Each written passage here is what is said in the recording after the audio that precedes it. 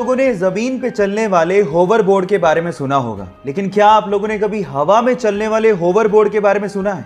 Flying hoverboard. क्या ये हवाई बातें तो नहीं है?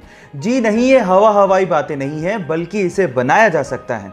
और इसे बनाने के लिए दो चीजों की जरूरत है, पहला मैग्नेट और दूसरा पायरोलाइटिक ग्रेफाइट। ये पायरोलाइटिक ग्रेफाइट क्या है?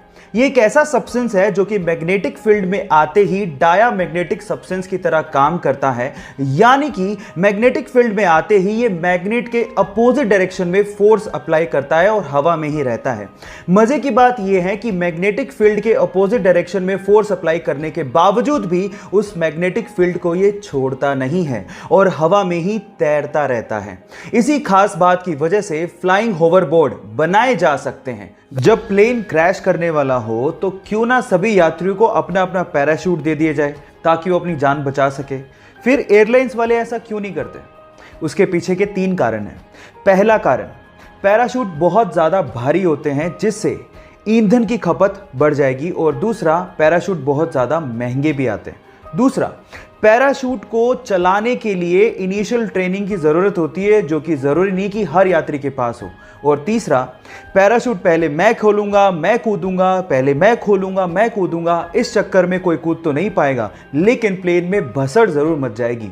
सो इन 3 कारणों की वजह से पैराशूट एयरलाइंस प्रोवाइड नहीं करती हैं। 21वीं सदी का इंसान तरक्की तो बहुत कर रहा है, लेकिन उसकी मोरल वैल्यूज घटते जा रही हैं। मान लीजिए कि अगर ऐसे ही किसी का सामान कहीं पे छूट जाए या फिर किसी दुकान पर दुकानदार का ध्यान थोड़ा सा भी भटक जाए ना, तो लोगों का ईमान डोल जाता है और बहुत से केसेस में तो चोरियां भी हो जाती हैं। लेकिन मिजोरम में ऐसा नहीं है। मिजोरम में आपको बहुत सी ऐसी दुकानें मिल जाएंगी जहां पर दुकानदार होते ही नहीं है।